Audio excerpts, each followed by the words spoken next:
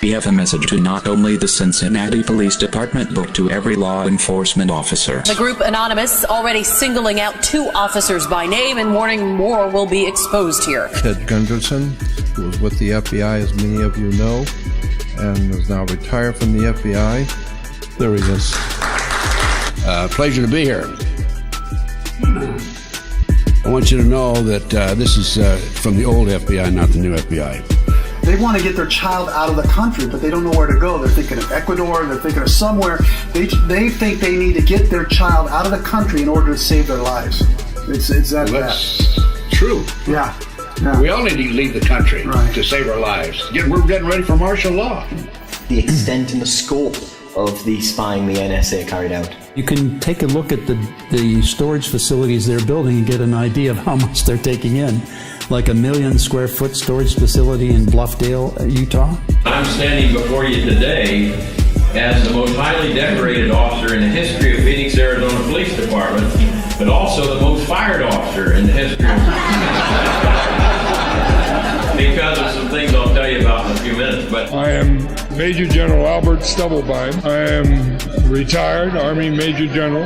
I was responsible for all of the Army's strategic intelligence forces around the world. I originally worked as an intelligence analyst. From there moved on to 5th U.S. Army Intelligence Center, where I worked both as an intelligence analyst and as a counterintelligence coordinator. We'll be covering everything that we possibly can concerning the New World Order operations inside the United States. Today, I have with me Chip Tatum. This man is unbelievable.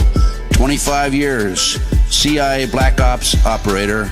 Chip, welcome. Tell the world about what went on behind the scenes in your Black Op operation. I don't know that the FBI has ever been, even from its inception, an honorable organization. I don't think there's ever been such a thing as an honorable organization ever to operate it under the U.S. government.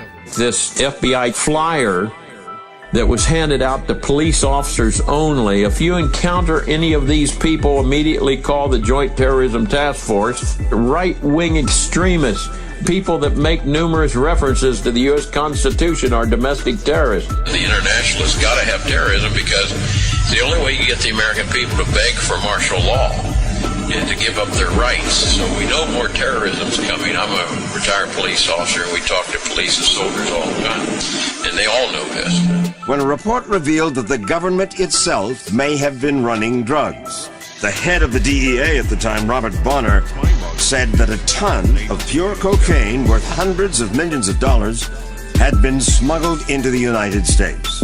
And he blamed the CIA. When I got out of the FBI in 1979, I started doing my own research. And that's when the lights went on. Huge, major cover-up.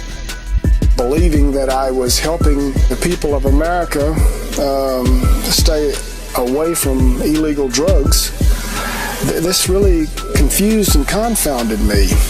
The CIA was involved. This was a case that involved flying drugs in plastic bags in the body cavities of the dead GIs coming out of Southeast Asia in the 60s, late 60s, early 70s. Everything's pointing to martial law. It's been planned 2 centuries. May 1st, 1776, 86, 96, yeah. Another 600,000 square foot facility they're starting to build. They started last summer in Fort Meade, on Fort Meade. And then a 400,000 square foot facility they have down in San Antonio, and other stores. On the commission, that when the police chief fired me for writing to my fellow officers about the Constitution and about saying no to immoral and unlawful orders, to a publication I started. September the 11th in 2001. What hit the Pentagon? I don't know exactly what hit it, but I do know from the photographs that I have analyzed and looked at very, very carefully, it was not an airplane. The MJTF Police Multi-Jurisdictional Task Force is in virtually every state of the Union of the United States at this time. Its primary mission is house-to-house search and seizure, separation and categorization of men, women, and children in large numbers. After your capture, you were grabbed by the CIA, and why were you captured? And what led up to that? So when they told me I was to report to the colonel, I knew I was dead. I'd done Well, something not wrong. yet. I'd done something wrong, and I was fixing to get it. This is what a police officer used to be, and that's what I was on the city of Phoenix. I was a friend of the people. But today, this is what we have. This one is your enforcer, and he's enforcing the New World Order locally, state, and federally. Is this state-sponsored terrorism? State-sponsored terrorism, just like the others were, just like the World Trade Center bombing 1 and 2. Your listeners probably, and the people you know this. Saying the agency had joined the Venezuelan National Guard in drug smuggling. A ton of cocaine was smuggled into the United States of America by the Venezuelan National Guard in cooperation with the CIA. So I'm saying to myself, what's going on here? I mean, evidence was lost, stolen, destroyed. People were lying on the witness stand. What's going on here? I realized it was a huge drug cover-up. The CIA was involved, and that there were national security interests, and that the case was not going to go any further. I was working for the DEA, I was being paid, and I was an undercover agent. When you're talking about martial law, Ted, we're talking about a Hitlerian superstate, are we not? Well, we're talking about a police state. And we're talking about Nazi Germany in 1933. If you see the stories that they're bringing online, you can say they're really collecting an awful lot of information.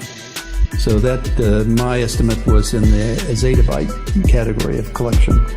Born in Washington, D.C., raised in D.C., and we call it the dark continent today because it's bringing darkness over America. The nose penetrated far enough so that there should have been wing marks on the walls of the Pentagon.